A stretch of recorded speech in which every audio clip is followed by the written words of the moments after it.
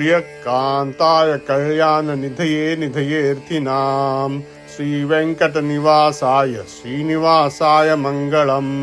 श्रियकान्ताय कल्याणनिधये निधयेऽर्थिनां श्रीवेङ्कटनिवासाय श्रीनिवासाय मङ्गलम्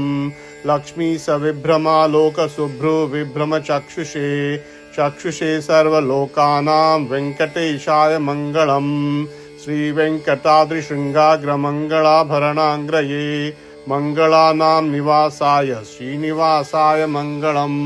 सर्वावयवसौन्दर्यसम्पदा सर्वचेतसां सदा सम्मोहनायास्तु वेङ्कटेशाय मङ्गलम्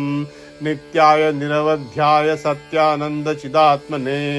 सर्वान्तरात्मने श्रीमद्वेङ्कटेशाय मङ्गलम् स्वतः सर्वविदे सर्वशक्तये सर्वशेषिणे सुलभाय सुशीलाय वेङ्कटेशाय मङ्गलम् परस्मै ब्रह्मणे पूर्णकामाय परमात्मने प्रैवे परतत्त्वाय वेङ्कटेशाय मङ्गलम् आकालतत्त्वमश्रान्तमात्मनामनुपश्यताम् अतृप्त्यमृतरूपाय वेङ्कटेशाय मङ्गलम् प्रायस्व चरणौ पुंसां शरण्यत्वेन पाणिना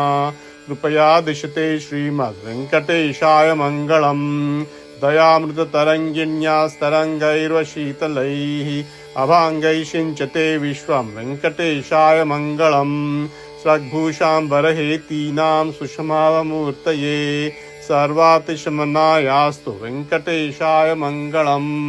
श्रीवैकुण्ठविरक्ताय स्वामी पुष्करणीतटे रमया रममाणाय वेङ्कटेशाय मङ्गलम् श्रीवैकुण्ठविरक्ताय स्वामी पुष्करणीतटे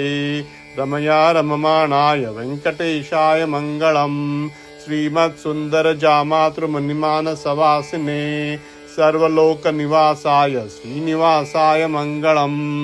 मङ्गलाशासनपरैर्मदाचार्यपुरोगमैः सर्वैश्च पूर्वैराचार्यैः सत्कृतायास्तु मङ्गलम्।